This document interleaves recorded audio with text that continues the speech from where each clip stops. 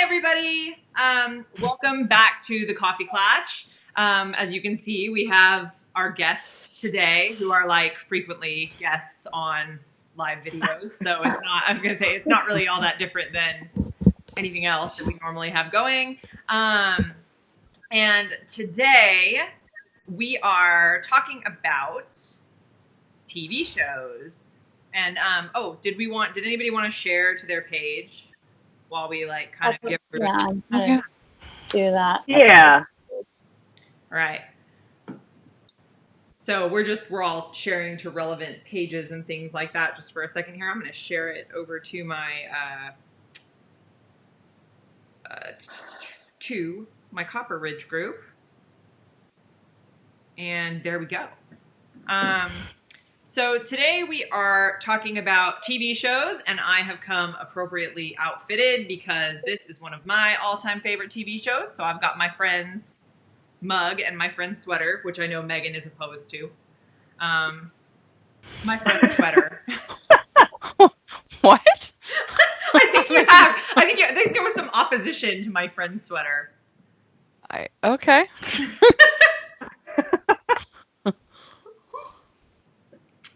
I also have a mug, but no sweater, and I didn't wear my t-shirt. I was going to say, it's a little... I would share mine, but I don't have it yet. What's your mug, Jackie? I don't have it. Oh, you don't have your not mug? Here. Okay, well, when you... I know. I have to go and get coffee, and then I have to make myself breakfast because it's 8 in the morning in New Zealand. So well, you really are having coffee. I'm just like having afternoon coffee that I don't need.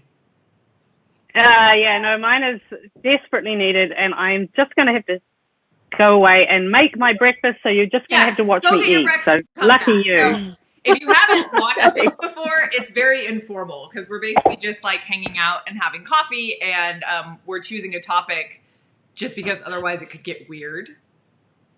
And I feel like it may get kind of weird anyway. I don't know. So, Megan, do you have a mug? Do I have a mug? Show. It's mug show and tell. I feel like I'm being unfairly. Am I blurred? Hold on. You are, yeah. It was okay, and then it was blurred. No, you have the best mug. There you go. Whoa. Did that change? Yes. Yeah, you're good. Yay! It's our local bookshop. Yay! Yeah. Those are great mugs.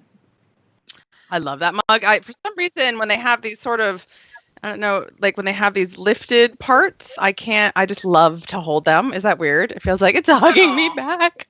Well, I feel like I have a whole, like, I actually completely understand that. I have a whole mug thing. I have so many mugs. In fact, like, my husband and I have been married almost 15 years and have very, very few points of strife, but the amount of mugs I own is a little We did a major culling of the mugs. I will when not we moved out of LA. Yeah, because we had like 6 boxes, and Jeff was like, so you used 2. My husband tried to indiscriminately like pack some away, and I was like, no.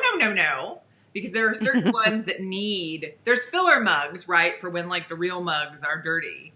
Yeah, but they're always so unsatisfying. I know, it's not the same. There's real like satisfying mugs that are, like the right like weight and size. And like you said, like getting a hug. So I have a lot of mug opinions.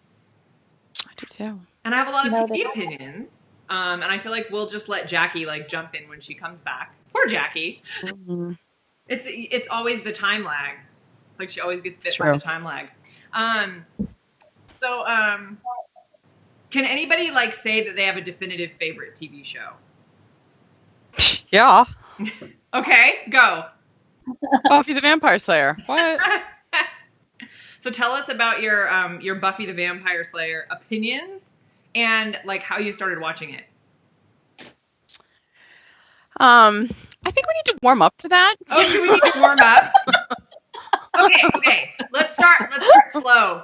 Let's talk about Friends, which, by the way, with your sweater lies, I loved and did not watch as a child years later on like your DVDs or whatever you did. Like I watched it live on Okay. Thursday evenings, like Yep. a normal person.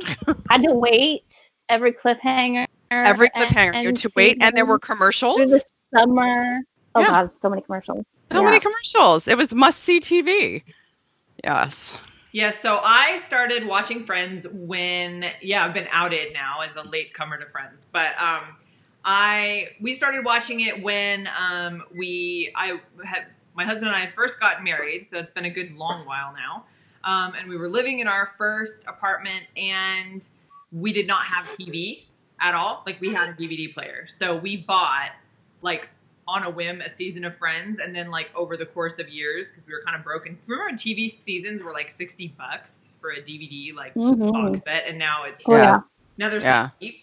But so we bought them like very, very, very slowly, and it was literally the only thing that we had to watch for years was every season of Friends. So yes, we watched it late, and no, we did not have cliffhangers, but when we watched it, like, it was the only thing. It was like, oh, should we watch, like, let's rewatch Friends again for, like, the 50th time. Well, we've discussed this before, like, which I think is going to be interesting for this conversation, which is, like, things are very different when you watch in real time versus when you can binge. I agree. Like, they're different. I feel like they're just some shows, I think, actually benefit from being binge. Well, I guess it depends, because it depends what kind of watcher you are, how you fell into it, how you started, all that kind of stuff.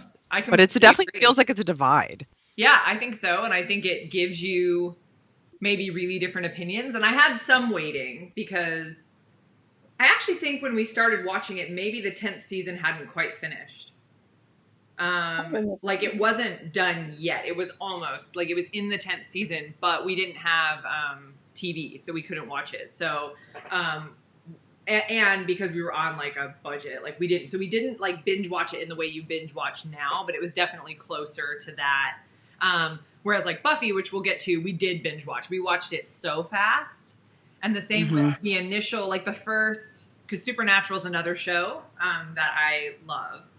But that was another one that like I started it when it had like 8 seasons. So like I've watched which is really funny because I saw the first ever episode of Supernatural on television and was sort of like, oh, because like Buffy had ended, and I remember like the apartment that I was sitting in, I don't know, I'm trying to like remember when it was, but it and I thought, oh well, this seems like fun. So we literally watched from the very, very beginning, which is it's just such a different thing, especially now. What is it, 15 years later? That show particularly, it's been on for so long. Yeah. Well, so if we're gonna start with like maybe less sacred ground, then does anyone have like shows they watched when they were younger? Like what are some great like nostalgic shows, and maybe they don't hold up as well, but like what were your like not your definitive show now, but like maybe your favorite show when you were younger? Oh,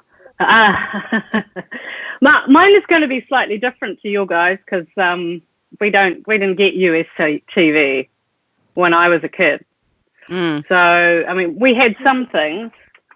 Like, I really, really loved the Dukes of Hazzard. I did too.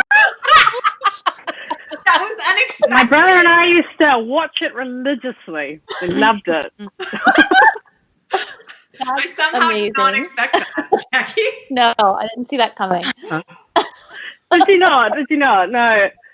I don't know why, but, you know, the way they got out of their car, because there was no doors. The doors didn't open, so they had to, you know, get out the windows, and then they slid across the bonnet. Bonnet? Across the way? Bonnet! Right, the hood, right? And then the sheriff with the dog, Roscoe. Yeah. I mean, that's showing my age. This coming. I love that show, too. I loved it. I used to watch a lot of like I love TV Land, like so I would watch like the old Bewitched and I Dream of Jeannie and stuff like that. Or like I mean I watched a ton of TV. I probably know far too much about most TV shows. So like what was it? TGIF, any show on that was huge. What is TGIF? Thank God it's Friday. There was a lineup. Yeah, it was like I know what it means, but was it a channel? No, it was on ABC, right? Yeah, it was like must see TV. Oh. It was it on NBC? I don't remember what channel it was. But it was basically like they turned Thursday night into that must see TV. But so TJF like in the 90s was like Family Matters. Step by Step. Oh, I missed I was all gonna that. say, yeah, like so like Step by Step. So did I. family sitcom. I missed it too. Yeah. That was very much like geared toward. That was definitely geared toward like families and teenagers because they did Sabrina the Teenage Witch. That was probably a little after. That would have been after you. I loved Sabrina the Teenage Witch. That was so like TGIF was my like that was huge when I was like maybe 12 and 13. And like Sabrina was my favorite, and then Family Matters because I loved Urkel. And but when I was a kid, we did Sunday night like on the Family Channel, which was like Dr. Quinn, Medicine Woman, and America's Funniest Home Videos. Yeah. We had that. We had Dr. Quinn. Yeah, I missed that one too. I didn't watch it though. Oh, I loved that one. Our Sunday nights when I was growing up was like in the 80s. So it was like shows I'm sure none of you have heard of called like Voyager and Hardcastle and McCormick and like I've heard of them, Megan. I've heard of them. And that's what we all watch as a family and like the Disney thing and there's some Twilight Zone thing I think. We would all watch and then we weren't really allowed to watch TV during the week, so we'd have to obviously sneak it in. Walker, Texas Ranger. What? Somebody said Walker, Texas Ranger. Yes. I never watched that either. We had it. I never watched it. But we would just like sneak home. My mother could not know that we were watching television in the afternoons. And that's when we'd watch a lot of reruns, I think, of stuff like the original I Dream of Jeannie and all that kind of stuff. And you'd have to like put an ice cube tray on the back of the TV because if she went in and touched it and it was hot, I'd get in trouble. She'd be like, yeah. You put the ice tray. Megan, Marcy says was the main character on Voyager named Phineas. Oh, yeah, that sounds right. Yeah, I think so. I'm going to look it up. Let's see. Yeah, when they were like, it was really fun. April says, Dr. Quinn was my favorite. When I was in middle school, I got in trouble for chewing gum and had to write a 1,000-word essay. I wrote it on Dr. Quinn. I could write a 1,000-word essay on Joe Lando. Indeed, I could. Oh, my Lord. I liked Sully a lot. And like, that was one of those shows. I was very young, and so I didn't quite understand that whole, like what was happening. The same like what was it like Cloud Dancing and Black Kettle? That was a situation, and I was like, I don't really understand why, but I'm very excited that they're all here. Melanie mentioned Mork and Mindy, which I loved watching on TV Land. I never saw that live. Oh, and like Three's Company. I loved Three's Company. I loved that one. Yeah. Now I'm like, really, that's a lot of Pratt falling, but yeah. I know. At the time, though. And I loved I Dream of Jeannie because all I wanted was for Jeannie and her master to get together, obviously. I know. And it's so weird that we all write romance novels. I didn't get that. I didn't get that. You didn't but watch? But did you guys ever get Doctor Who? Yeah. I just didn't watch it. You did? Yeah. Oh, I watched it. It terrified me. Really? And yes. Well, I was quite young, and I didn't really know about the MERS, which is the men in rubber suits, which is, all the aliens were just sort of these terribly made-up people in rubber suits. So I still found it incredibly scary. Huh. I tried to watch Doctor Who and Dark Shadows. Did anybody watch Dark Shadows? No, I tried to watch it later. I never watched it at the time. I do remember watching soap operas when I was like homesick. I loved Santa Barbara. That was my absolute favorite, Santa Barbara, with Crews and Eden. I could give a dissertation on soap operas. I started watching Days of Our Lives when I was like in high school. And then I started watching Another World, which was my absolute favorite. Another World. My AOL screen name was like Jake and Vicky. They were my favorite. And then I started in college. I watched Guiding Light and As the World Turns, and I got my friends hooked, and we occasionally skipped class to watch those. But I loved soap. I mean, soap operas are basically a romance novel either gets a happy ending because eventually they're going to break up or die horrifically. Or heaven. But I love a soap opera.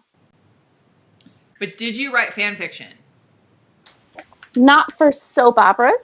But for other things. I may. Oh my.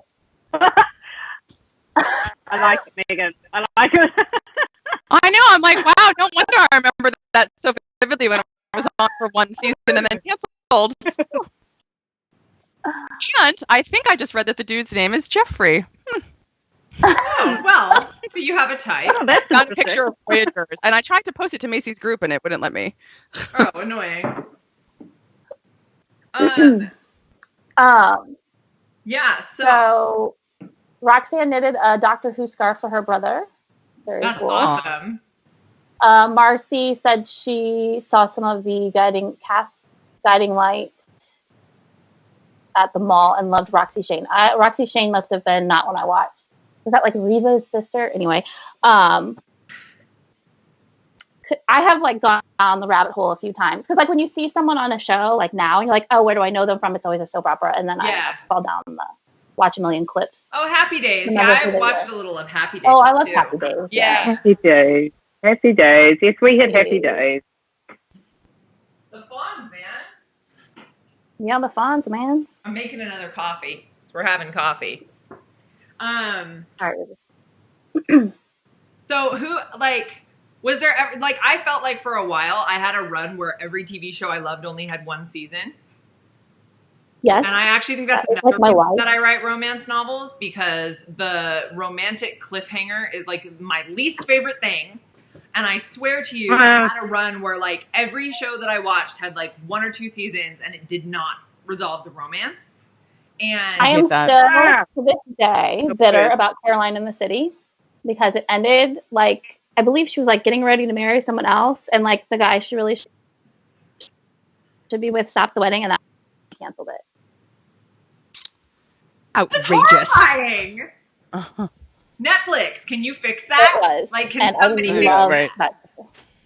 I don't think anyone cares enough, except perhaps me. Okay. Well, I mean, that's my problem. I would start naming because I still remember like the shows that got canceled that like frustrated me, but I think I was like the only person that watched them, and that's why they only had 1 season. That's kind of how those things usually go. Yeah. Possibly. Because I loved Maybe It's Me, and that was like, I think it must have been a very little watched, like, it was when the CW was still the WB. So I think it was like a very little watch. That's funny. That's how I started watching Gilmore Girls, which it was the WB when Gilmore Girls started. My college roommate, she watched some other show on the WB, and her mom taped, as in like VHS taped. Oh yeah. Her show, and then Gilmore Girls like started. It came on after it, so she just taped the whole block and would send it to us every week. So like Gilmore Girls became our get that channel in our dorm. So that is the only reason I ever watched Gilmore Girls. I think it's the only show I've ever watched on the WD/CW or whatever it is. Huh. But that's another great show, except for 1 season. I watched Highlander, which was 1,000 seasons, and tried to watch it again and couldn't do it. I love the main character, but other characters I was like, ew. And then La Femme Nikita, the first TV show, I was absolutely obsessed with, like obsessed.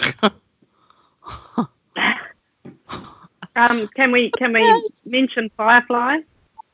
Sure. Because that was a. No, you can't. I never saw it when it was on TV, but I saw it afterwards, after they cancelled it. And that was, knowing that it was only 1 season was quite depressing, really. We tried to watch we watched a couple episodes of that because everybody is like very into it, and I could not get into that one. I have a lot of opinions. Like, oh yeah, sort of Megan has a lot of Joss Cowboys. opinions. I hate to hear what they are, but no, tell me what they are. I just feel like when Firefly was made, Joss Whedon took all of his attention. I speak about this as if I know this personally. This is based on my psychotic fanishness and should be taken, I guess, with a grain of salt, even though everything I'm saying is right. Joss Whedon diverted all of his attention to that show, in my opinion. and neglected his flagship show and, of course, its spin-off Angel so that he could focus on this other world. Whatever. Still mad about it. I get that because I liked Angel. I watched Angel. I liked Angel too. To a point. Then I became filled with rage and had to stop watching. And my version of not watching was reading like psychotic episode breakdowns. So they're word by word. That's my version of angrily not watching a show. Okay. I have... Yeah. We're going to get into some, like, okay, who has a controversial TV opinion? I think we should all say our most controversial TV opinion. Mine is that I think Ross is awesome, and I am totally Team Ross. I was also Team Ross. I feel strongly that, like, like I am always, like, there's that episode where none of them are ready for it's called The One Where No One Is Ready. And he has a big, like a big thing for his job, and his friends are supposed to come with him, and, like, they're all making it all about them. None of them are ready. And I'm like, you're bad friends. I'm sorry. He's not the bad person. And I've literally seen things online where they're like, Ross is mean. I'm like, he's taking them to his work thing, and they're making him late. Mm-hmm. I like Ross. I actually can't rewatch that one because it makes me too so mad. Really, can't do that one. No. So that, I feel, is my controversial TV opinion. I don't know if I have one. Oh, I have so many. I hate Breaking Bad. I don't see the point. I hate Breaking Bad. I am not Team Jess. Oh, I don't know. On Gilmore Girls. Oh, no. Jess is awful. At all. Jess. Hate him. Found no redeeming quality. There was a very fraught moment when I was watching Gilmore Girls and was texting Nicole, unaware of her opinions, and was sort of like, and then was like, oh my God, I hate him. And then she was like, okay, it's all right now. Like, our friendship almost was over at that point. Like, had I gone down Team Jess, I think she just never would have. Well, Maisey had a moment. Well, I spoke too soon. I stand by this. I was like, I understood what he was supposed to be, but I did not like him in the fullness of time. But I was like, oh, I understand how they're doing this thing with him. And I was like, I kind of understand why she's, like, drifting that direction. But then anytime, like, the problem is, I'm going to get in trouble here, and I'm going to try to be vague, and then I'm never going to speak of it again because it's a small town. I need to be careful. I knew it, Jess. You can't, it's not cute when it's real. Hold on 1 second. Yeah. The brooding boy standing off in the corner, like, oh, but what could have been? It's not romantic. Like, it's just not. It's like, you know what? Make a choice. Don't open the door or anything. That's why I hate him, and always did, and always will. Oh no, I do have an opinion. What's that? Not about Gilmore Girls because I never watched Gilmore Girls, but I've been recently. I know, terrible. I did watch Outlander, and I just hated Claire. Hate her. I can't watch the show. I've never seen it. I watch it only he's for not Jamie. He's not my Jamie at all. He's okay, but Claire is just like, bleh. No, thank you. Nicole, controversial television opinion. I said I'm not Team Jess. Oh, okay, yeah, all right. Okay, television show that made you angriest. There's so many. Okay, How I Met Your Mother. There's too many. Breaking Bad. I watched 3 seasons waiting to see the genius, but it eludes me to this day. I actually think there's a show that makes you madder, Megan, and you're trying not to. I blocked it out. Blocked it out. Ooh. What makes you madder? Sons of Anarchy. Your voice literally keeps going out while you're saying it. Is it me? Is my brain doing it? Your brain will not acknowledge it. Sons of Anarchy.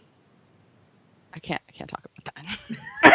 I love that show. I loved it. I love that. It's the ending of that show that drives me insane. How dare you think that it's some work of genius? And I think men think this a lot. It's male. I'm going to say it. It's totally male. I'm totally sexist. Like, if you take people and kill them, then you're like, oh my God, it's art. Like, I don't know. Why don't you try redeeming them? Why not hope? Why not happiness? Why not try to take someone who's ruined their life and build something from it? Oh, I don't know. Romance writers do it all the time. But no, if it's Sons of Anarchy, it's splattered across. I hate it.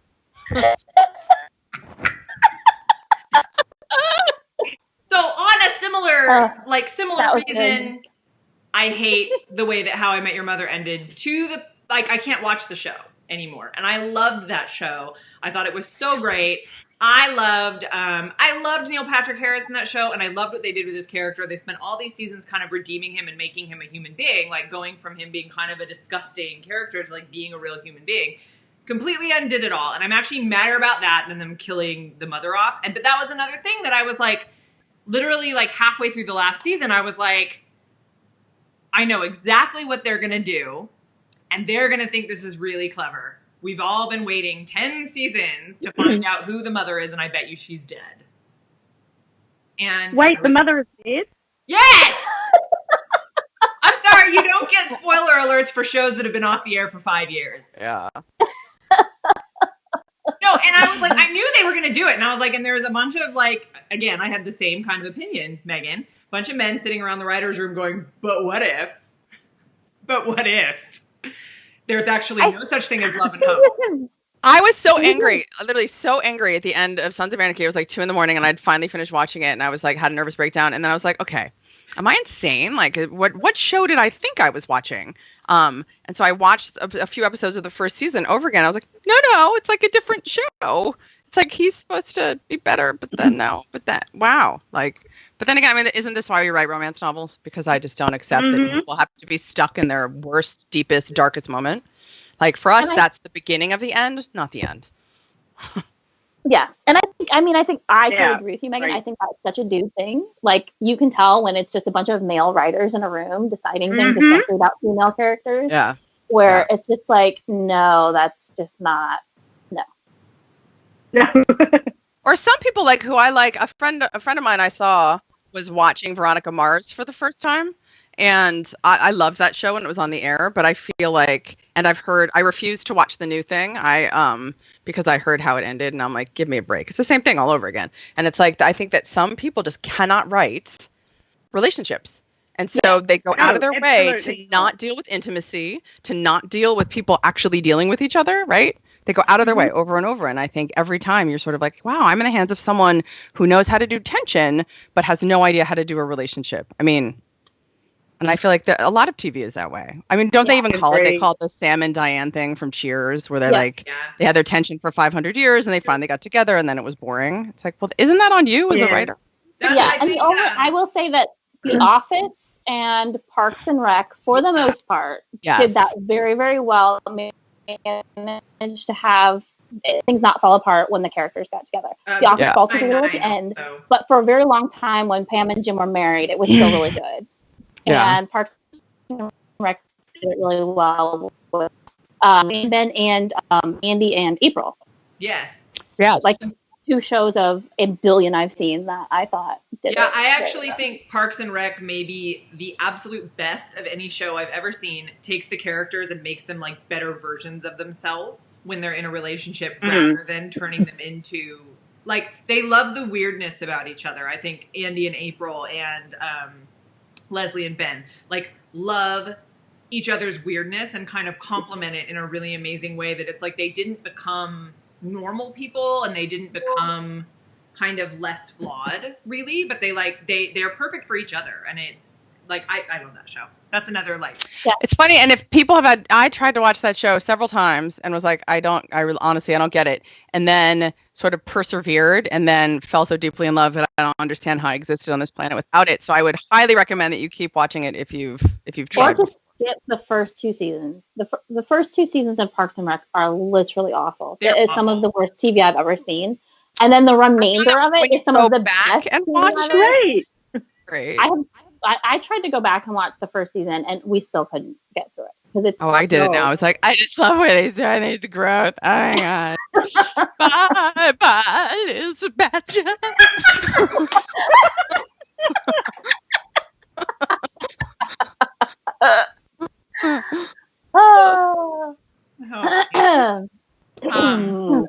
So we all watched The Witcher.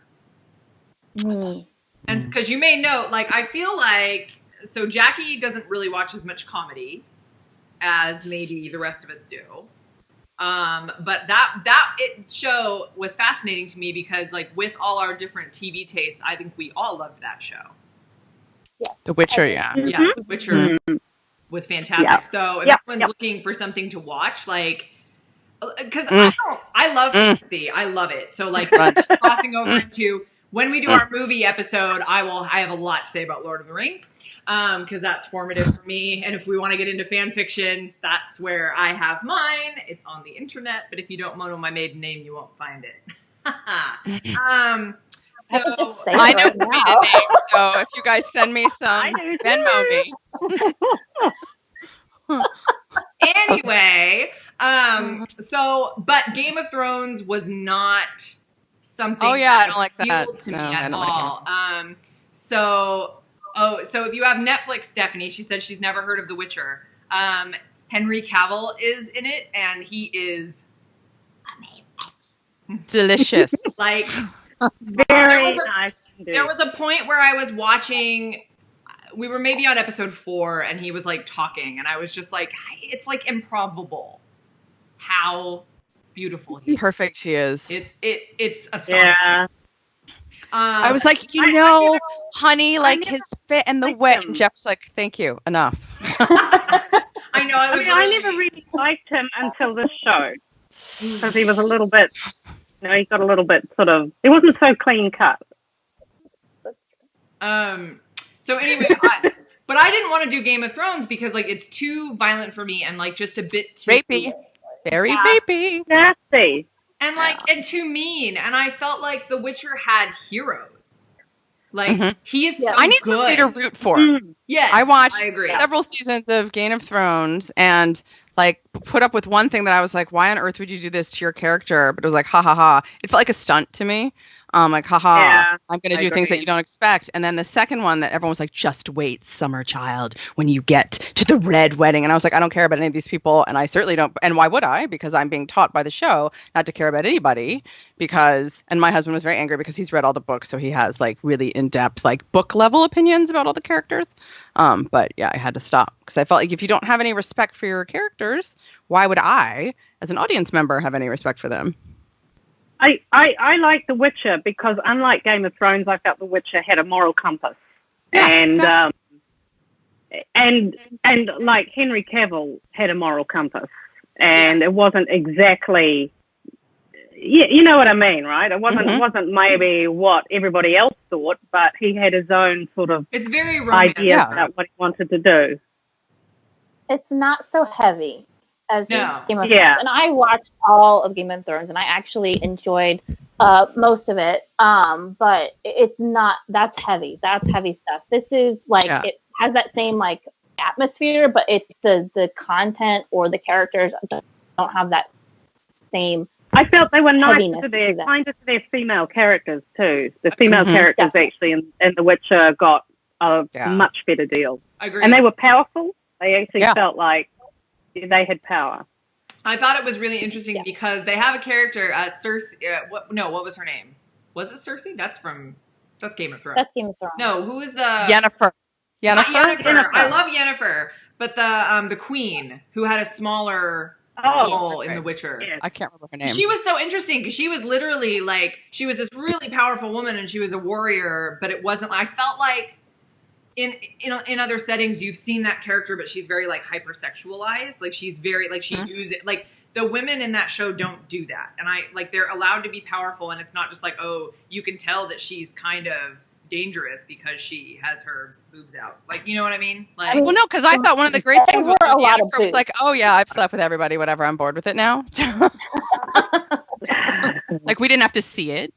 No. So we do see a lot of Yennefer though. You do. Yeah. You do, yes. You do. It's true. There's a lot of Yennefer. It was very equal opportunity, though. Yeah. So that was a good one that was recent. And then, do we feel warmed up to get to Buffy? We can talk about it. I mean, just if you disagree with me, you're wrong. That's fine. Just I feel like I like that about you, and I feel that I feel like talk about Buffy. Why don't you talk about Buffy? No, I mean I don't have I It is enjoyed it is my one true love. I love that show. I actually just started watching in preparation for this. I started a rewatch, which I haven't done in several years. But I love it. I started watching Buffy when I was I actually saw some part of the first season before I moved out of Atlanta to England, where I was for like 5 years, and then like a year or so later, and I actually don't remember the sequence of events because I know something was playing on BBC, but the BBC was like a year behind. This maybe will make sense to you, Jackie, because there were like 3 channels. So the BBC was like a year behind, but like Sky TV was more current, but still behind the state. So at some point, I ended up getting the VHS sets of all the like first 3 seasons, or the first 2 seasons at first, I think, and sort of watched them on an endless loop. Which if anyone remembers the second season of Buffy, it really is like Welcome to Your Depression, which I was already experiencing. So I was in the north of England. I was writing a PhD about death. And I was just like sitting watching Buffy repeatedly on over and over and over. So you don't really recover from that. It becomes part of your DNA. Yeah. Well, I think it's interesting how. And that was my first experience with like psychotic fandom. I mean, meaning that I was yeah. And that's funny because just because fandom, and I know I'm going to get into this later, but like I remember that first experience with fandom where you're like, it's like painful how much. Oh, and you're like in love. It's a crush, and people are talking about what you love and what's better than that. Yeah. Because I think my first experience with that was the Lord of the Rings movies, and like I didn't know what they were like at all. I hadn't read the books, fake fan, whatever. But I went to the movie, and I just remember, they're like 3.5-hour movies, right? And I was like 14, so I was like, I don't know that I want to go to this 3-hour movie that my parents are dragging me to. And I just remember sitting there like this, like through the entire movie, and I'd never seen anything like it before, and I had never felt anything like that before. Then I was like, I need to immediately see it again. I don't know how I'm going to wait for the next film. I don't know how, it's funny when something like, and I don't know if it's like the moment that you're at in your life where like certain things just kind of really grab hold of you, which I think then, I had that experience with Friends, I think, watching the DVDs. Like that was such a particular point in my life where it's like, I was an adult, but not really yet. And like in my first place, and like just had nothing to do but like go to my job and then watch DVDs. So it's like, it's things that get you at the right time. And they well, it's funny about those like long shows, like Friends or The Office was one for me. Like, because I had my first kid like the same time Pam had her first kid. Like that was like, I viscerally remember watching it. Or like Friends, I started watching when it came on air, so I was like 13. So that lasted me all the way through like I think my senior year of college. Like we were all watching the finale together. Or like Gilmore Girls was our college show, and even when it ended, we all like got together on like I don't know if there were video calls yet, but we did something where we all, even though we had spread out, we watched it together.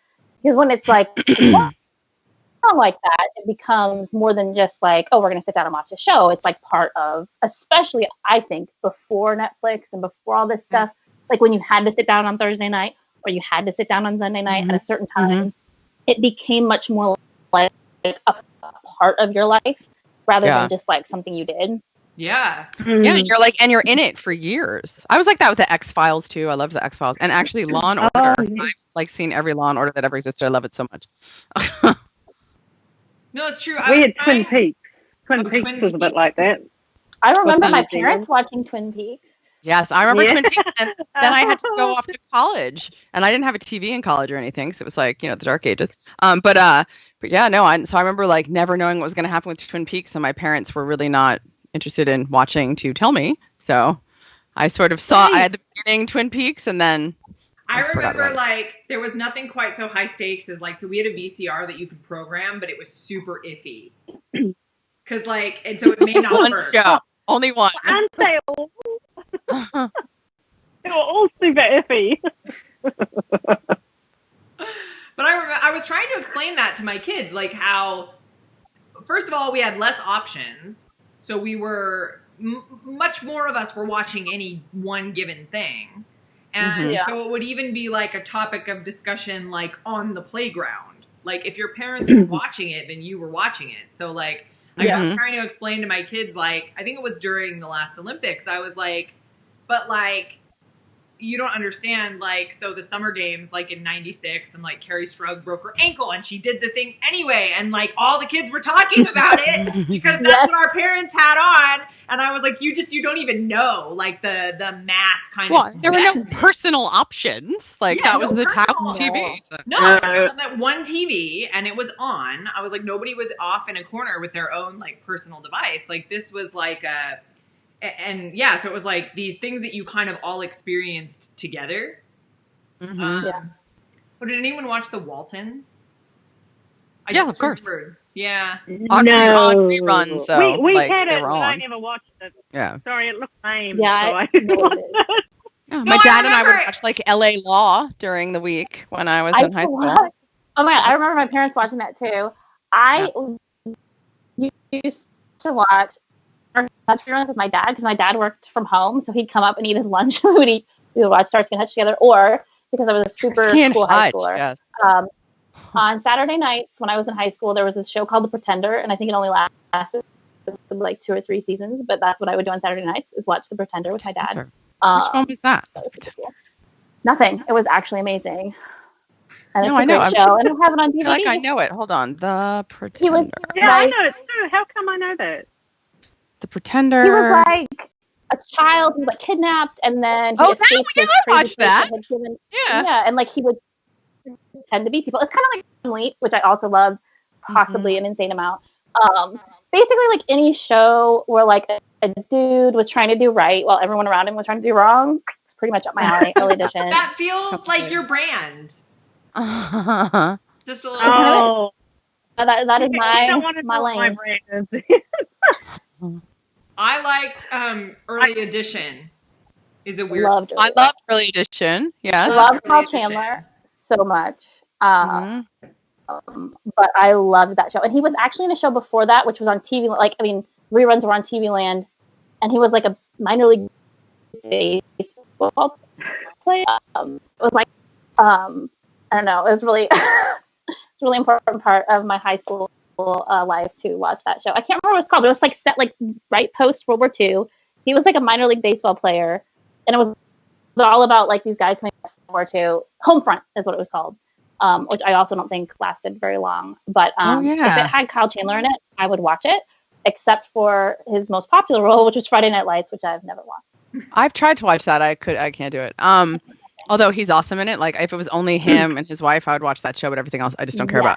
I don't care But speaking of high school shows, My So-Called Life, I loved. Oh, that was huge, yeah. In a psychotic way, and it is why to this day I love Jared Leto in ways that I just can't explain. It's like I just can't explain him. Just love him, just forever. I think it was high school, but this is quintessential me, and to a certain extent my books. There was a show, I don't know if you would have gotten it in the US, but called Blake 7, which is I've heard of it, yes. It was a science fiction series from the UK, and it was basically a bunch of escaped convicts who steal a ship and go on this sort of trek to clear their names. And there was an evil empire, fantastic, kind of. Ruled by this woman who was very severe looking, called Serverland, and her sidekick, which was this guy with a patch called Travis, and he was after this sort of bunch of convicts headed by Blake, and they were all a bit morally ambiguous. Yeah, and there was this one guy called Avon who was, again, very morally ambiguous. You didn't know whether he was actually secretly trying to kind of take down the convicts or whether he was actually one of them. And he had this very sort of dry sense of humor. And he was a little bit, but I loved him. He was fantastic, that show, man. And there was a bit of a romance with one of the women who was a telepath. Her and Avon had this sort of thing going, and it was, I love that show. I love science fiction. Oh, it's so good. What's the one, was gonna say, I feel like I'm going back to like my somebody says I loved Round the Twist, which was Australian kids TV.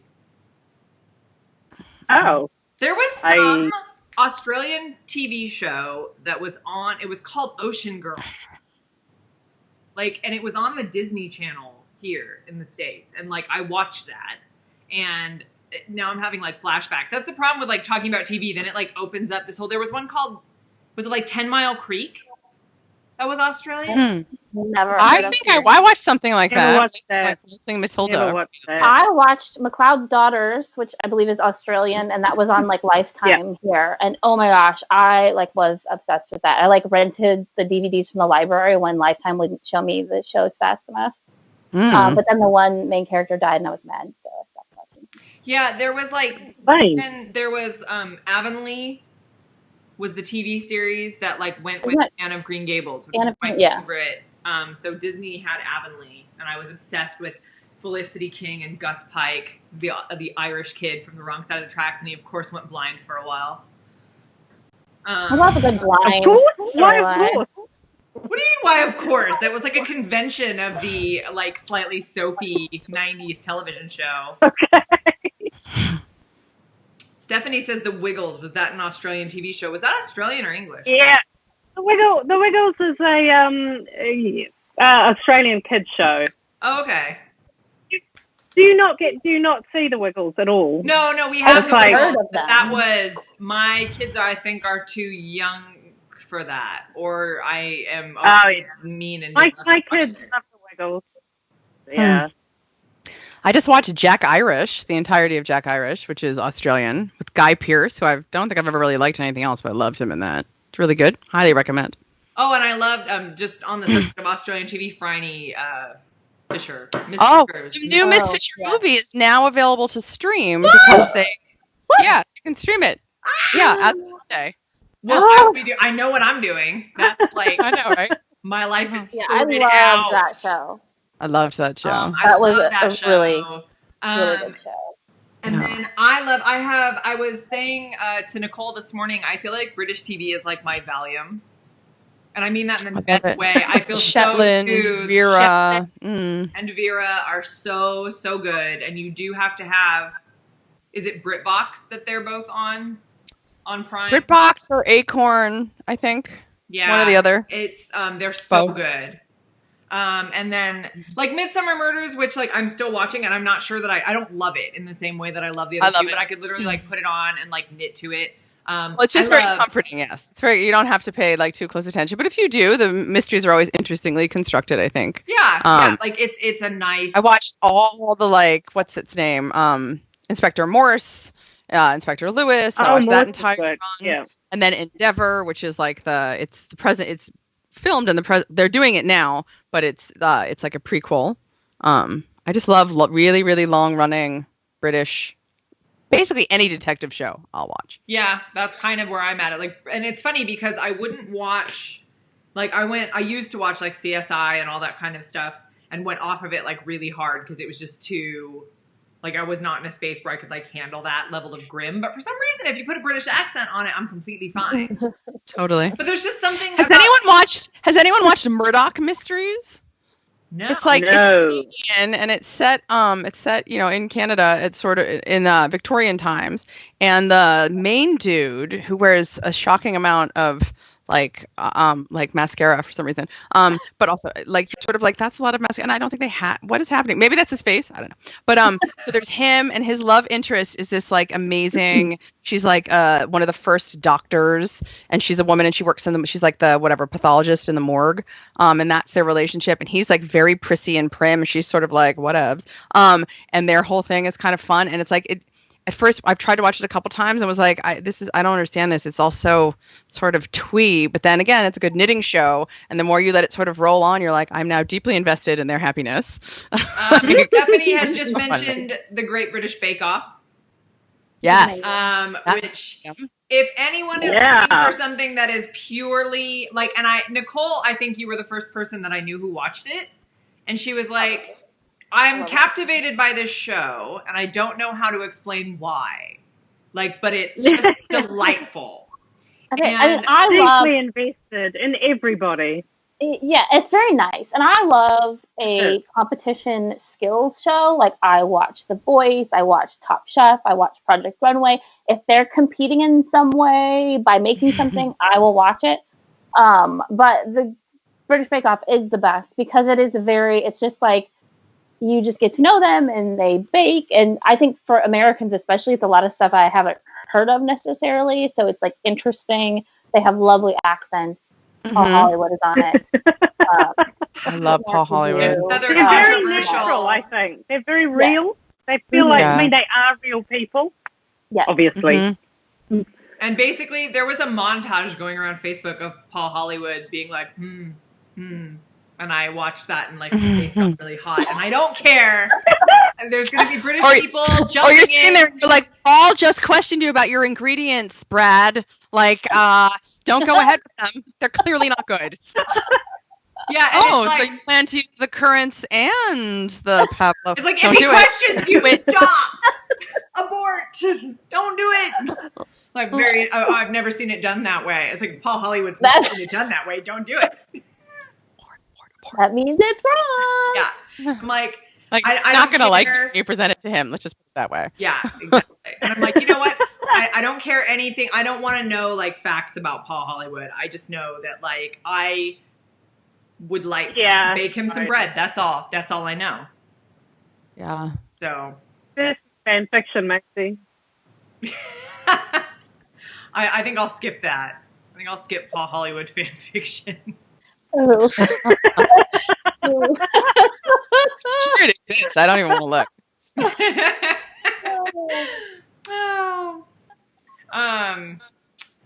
I know. I'm trying to think. I feel like I enjoyed The Mandalorian a lot recently. Oh, I love The Mandalorian. Yeah, that was great. And not just. And I'm not like a big Star Wars person. Like, I have seen them all because I live in a house with 3 boys, but like I don't like super get into it. But I really enjoyed The Mandalorian. It's a space western. Yeah, and there's a Baby Yoda. Yes, I'm not. Aren't you guys obsessed with Letterkenny? Why don't you talk about that? Oh yeah, well then there's Letterkenny. Letterkenny is very, very, very inappropriate on every level. Every single level. Swearing. Having watched indecency. Yes, I can concur with this. I've never watched it. Jeff loves it though. I think it's hilarious. Yes. And I love it with my whole heart.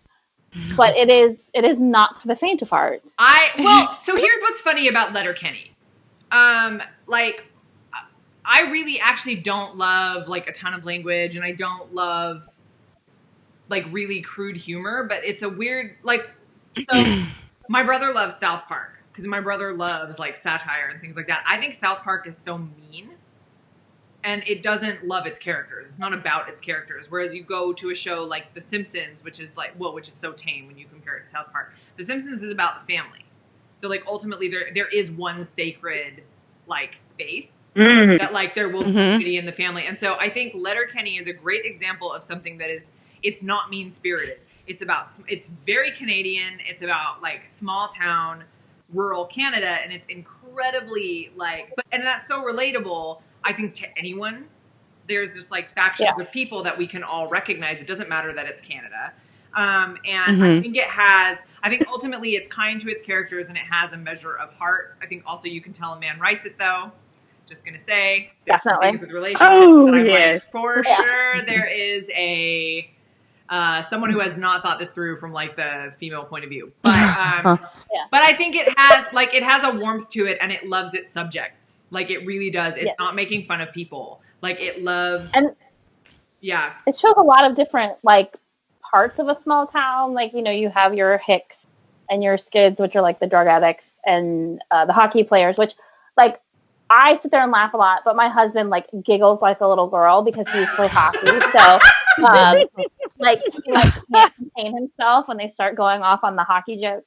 And that works for my husband too because they work in a CrossFit gym half the time. So he's like, my husband's a CrossFit guy, so he's like all into that humor. But There's a lot of different kinds of people, and you will recognize one of them if you can get beyond the language and I just think it's so bizarre because I would have told you that I would not have enjoyed that show at all. Hilarious. My husband started watching it, and I was like on my phone, like reading. I'm like, I'm not paying attention to this, and like then I'd be like, oh, so we're gonna watch a Letterkenny night because just because you're watching it for the articles. That's right. Totally. We're not going to discuss. Yeah. Mm-hmm. The very important storyline, and not important.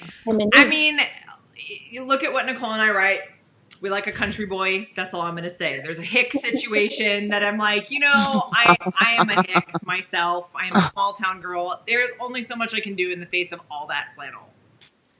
I'm only human. I know, small town Pacific Northwest. You're done. It is. For. I like some flannel. I like some real tree. Mm-hmm. So it's like, what can I do? It is what it is. So Stephanie brought up The Big Bang Theory, which I have watched a lot of. I enjoy The Big Bang Theory. Yeah. What I like, The Big Bang Theory, and I mean this. Yeah, I've not watched a lot of it. I mean this in a very nice way. Like, I feel like it's one of those shows that I can like kind of pick up and put down. And it is there for me when I need it. Like, it is like, I like the characters, and I actually like that it hasn't changed a ton over all the years it ran. It's like you can kind of drop in on the characters and they are who they are. Yeah. Like, they've grown enough, but also it's like you can just kind of go back to it at any time. And it's solid not a lot of drama. No, it's like, it's very solid. And actually it's a show that, so I don't like flying at all. It makes me incredibly anxious, and I can't really read on planes because I'm too anxious the whole time and it takes too much brain power. But what I can do, like what I love is to watch like comedies with characters I'm familiar with. And so The Big Bang Theory actually became my travel show. I would download a whole season if I was going to fly to like Australia or New Zealand. It's a super long flight. And I would just watch half the season there and half the season back. And I found that to be incredibly soothing because I was like, I know these people. They're with me. They're traveling with me. And it's just funny. So, yeah, I actually really like that show. Plus, my oldest son is like Sheldon Cooper. So it's very, that's how I like explain him to people. Yeah. And like, yeah, and like, don't sit in his spot. So,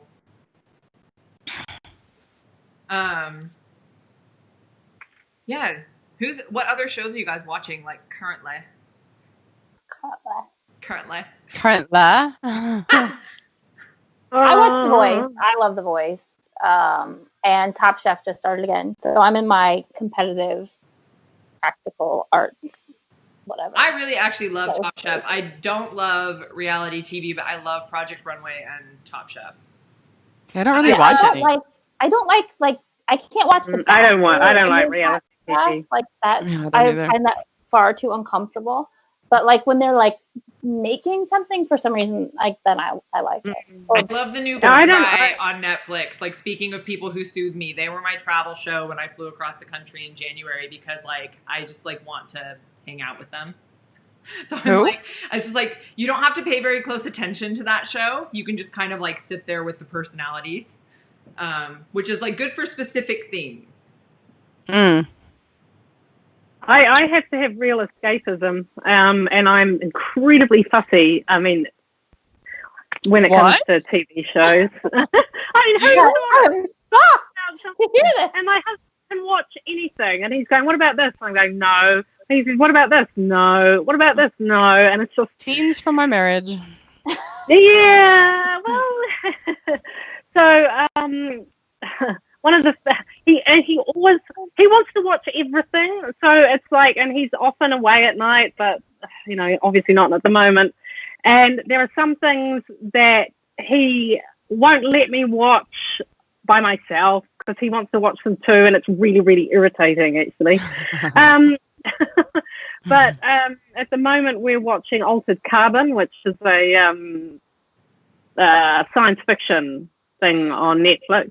Have you watched, I think it's called Undone, Jackie? It's animated, and it's this incredible story about like space and time and kind of science fiction-y, and it's about grief and loss, and it's amazing. It's one of the best things I've ever seen. Okay. I think it's called Undone, and I think it's on Netflix. All right. I might try that one. Because we're on the last episode of Altered Carbon, and then we're going to have to do the whole thing again of him going, "What about this?" and me going, "No." What about this? No. What about this? No. Oh, I'm telling you, man. Virgin River. Oh yeah. Oh yeah. Oh yeah. Obviously. Loved Because I it. was just thinking, like, I had the roughest thing that happened was, like, The Mandalorian ended, I finished The Witcher, and I finished Virgin River, and I was literally like, What now? what No, now? My nightmare. Oh, it was terrible. I loved Virgin River. I thought it was great. And I know it was different than the books, and I had just for the first time read one of the books and loved it. And it was different, and I won't give spoilers because that is a new show, and there's some things I'm iffy about just because I have some opinions, and I know that the readers of the series were too, but I feel like for a TV show it did work.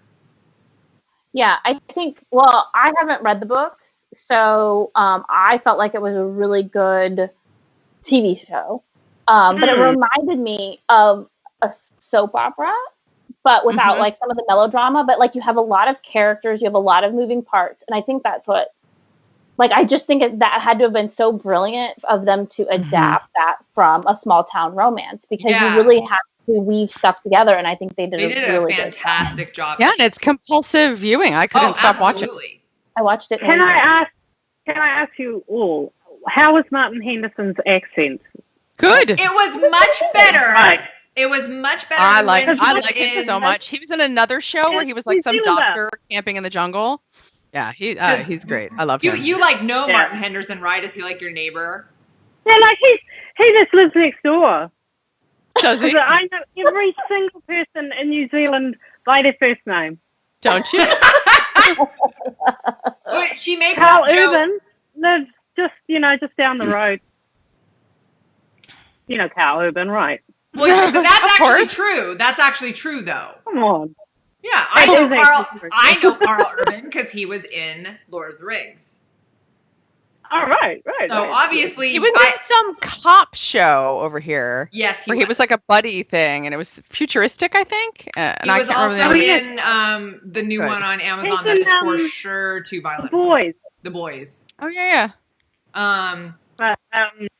But Martin Henderson, my husband keeps wanting me to watch that, but I think it's too violent. Maybe, I don't know. My dad said it was too violent, so that means it's way outside. Yeah, okay, then that's me out. Yeah, no, thank you. No, I was gonna say though, Martin Henderson was in a movie that I loved, Bride and Prejudice. I love Martin Henderson, and his accent was just terrible. He played an American in that movie, and it was terrible. It has vastly improved. He did wonderful and I loved him anyway in that movie.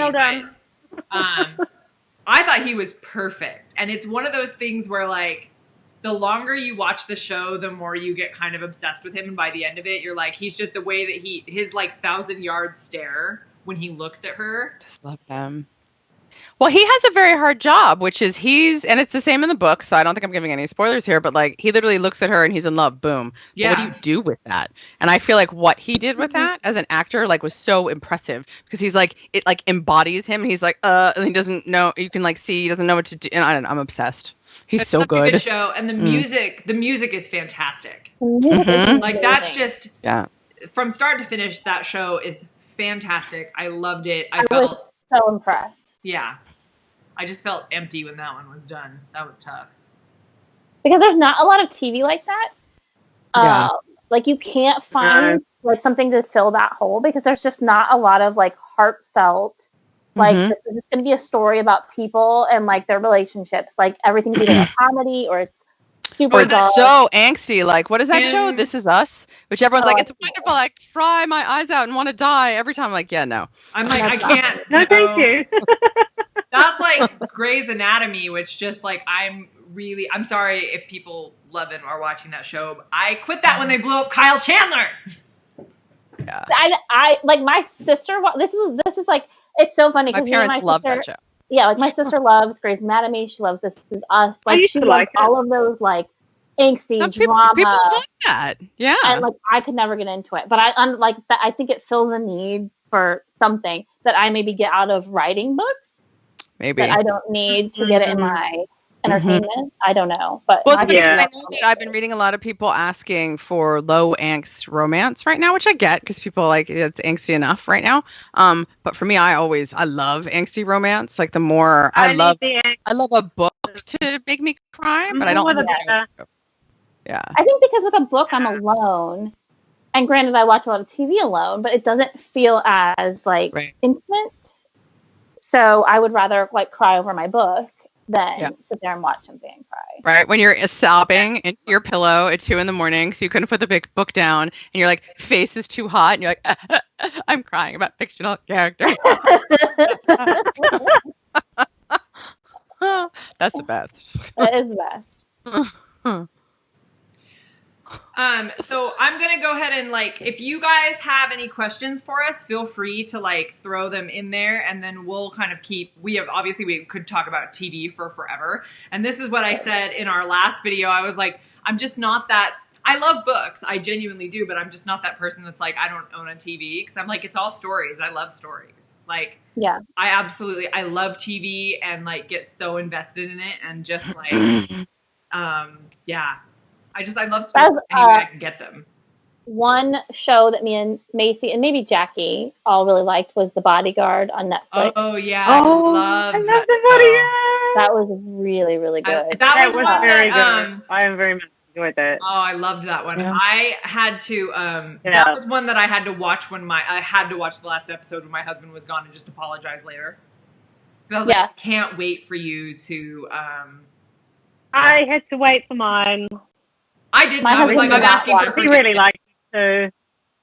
Nicole My husband will not watch anything involving law enforcement or people with British accents. So I can control that on my own, at my own pace, whenever I want. So that's fine. I was going to say, except I did get him to watch Brooklyn Nine-Nine finally. Oh, he watched I like Brooklyn Nine-Nine. Yes, I finally convinced him to watch the first episode, and he liked it because I was like, it's not like. You know, it's like when you have a job, a lot of times you can't read or watch a show about that job because they get it so wrong.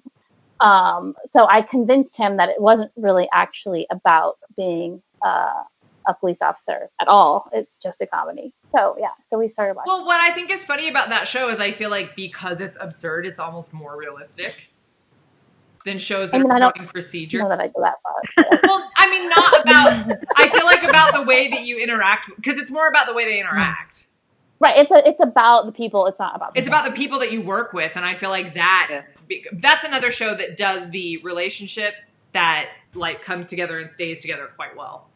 They didn't make Jake and Amy a kind of break up and get back together couple. They just kind of went with the way that changed the show. And I think it was better for it.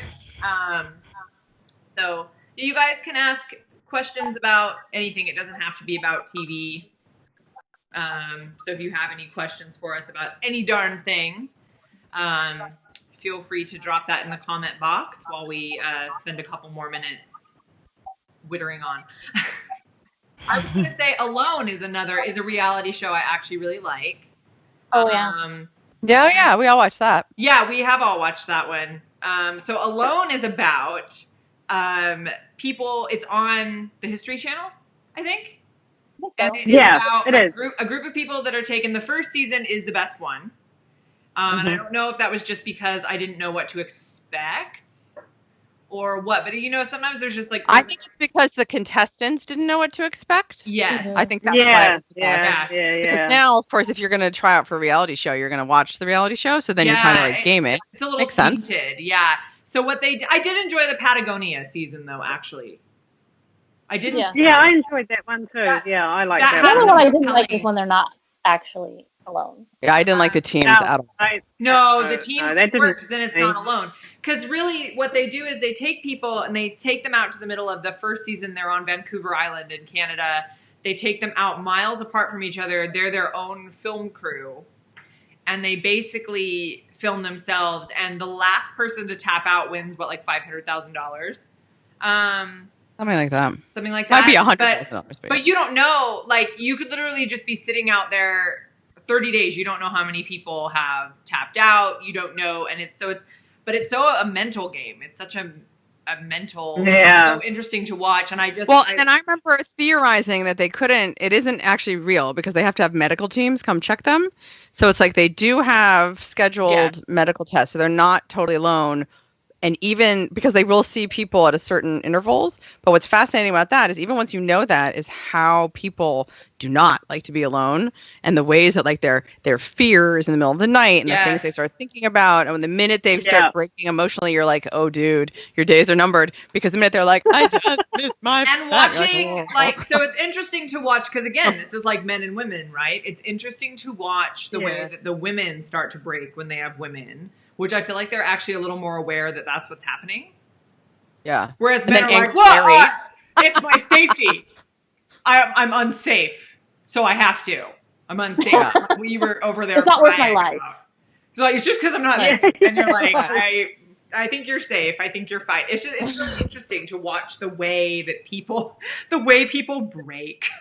The many different ways that people lose their minds. As a romance writer, the ones who like have food but hoard it and don't eat it and then fail the medical check because they're so busy hoarding the food that I mean, that's quite a metaphor, right? So busy hoarding the food that you don't actually eat enough to keep yourself alive. Yeah, if you like people, which like honestly, as romance writers, I think I'm very invested in the male emotional breakdown because I have to write them every book. So I'm like, yes. Okay, but can we just say like whose husband has already compiled a list of the things they will take when they go on alone? Mine doesn't bother compiling. He's like, I would just win, obviously. I would just be entertaining. Isn't that the show you wisely didn't tell your husband existed? My husband is absolutely enraged about the fact that no one brings a shovel with them. He thinks it's self-evident that you would bring a shovel, but okay. The amount of time my husband spends talking about, and then somebody got a moose this last season, which was super cool. Right. Because up until then, there had been no successful big game, but my husband's always like, is it worth it to bring the bow and arrow? Like, do you try to get big game? Do you like, and I'm like, I don't know, honey. I really don't know. But no, he's always planning it. And then, obviously, and my dad is like a big outdoorsman. So my dad's always like, this is what we bring. And then they did the team ones. Then my husband and my dad are talking about going out together. And I'm like, no. Just no. You can't go. So Stephanie says any book tours coming up with the way things are right now. I'm thinking maybe fall. When we know something, we will absolutely let you know because basically that is something we will be doing when we are able to, but obviously we can't like speak to that at the moment. So maybe we'll end up doing virtual book tours like this. We don't know. But because we have another book coming out, in a year, I mean, for sure, like we're hoping to do some things and that is not, that goal is not moving. But we have to wait and see kind of how things go.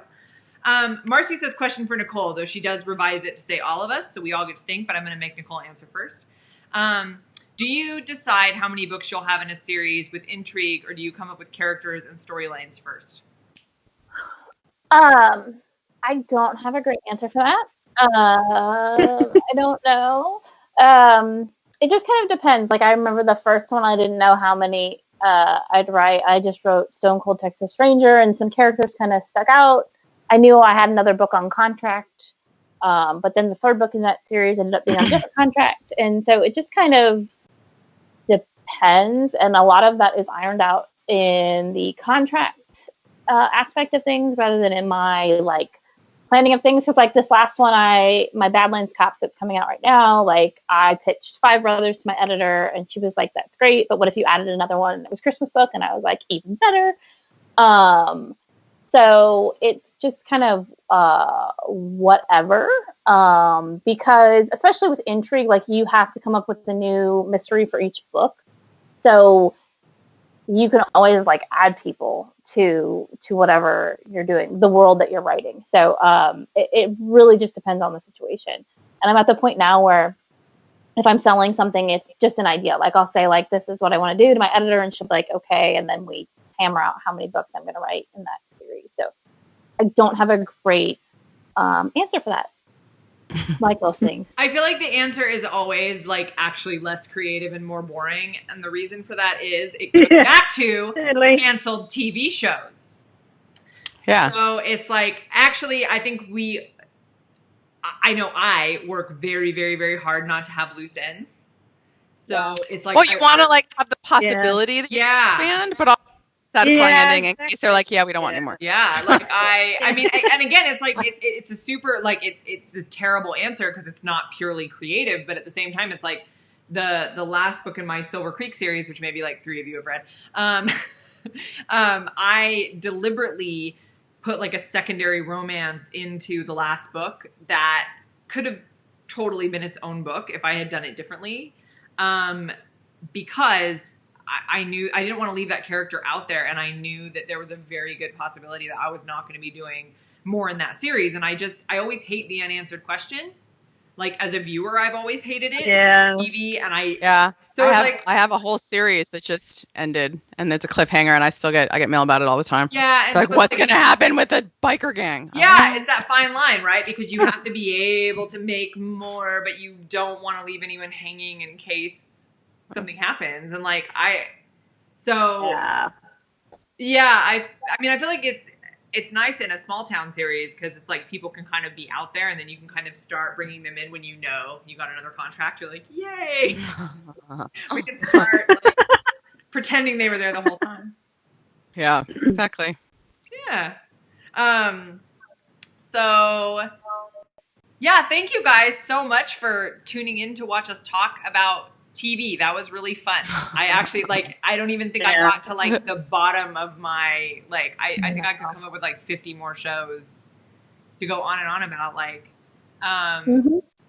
because it's just I think we're all like fans at heart, like enthusiastic fans absolutely of stories and of writing. And honestly, it's like even if it gets down into like hating something, it's because you loved it in some fashion, so you're mad about like you're engaged emotionally. And I think that's the thing. Like I'm so passionate about like stories and about characters, and but what I love absolutely about TV Rage is that you can take it and go, how would I do it different in a book? And that is the thing. Like books are just done so much different than TV. Like we get to have access to people's internal thoughts, and like we can kind of really get people into the emotion. And so it's like a lot of my TV frustration is solved in books. Oh yeah. And because we write romances, we get to always resolve the romance instead of all our frustrated all the frustrated TV loves that we never got to see come together. Exactly. Yep. Yes. True. Yes. So thank you guys so much. And Nicole and I will be back on Thursday talking about something closer to Thursday. So thank you guys. Bye. Bye.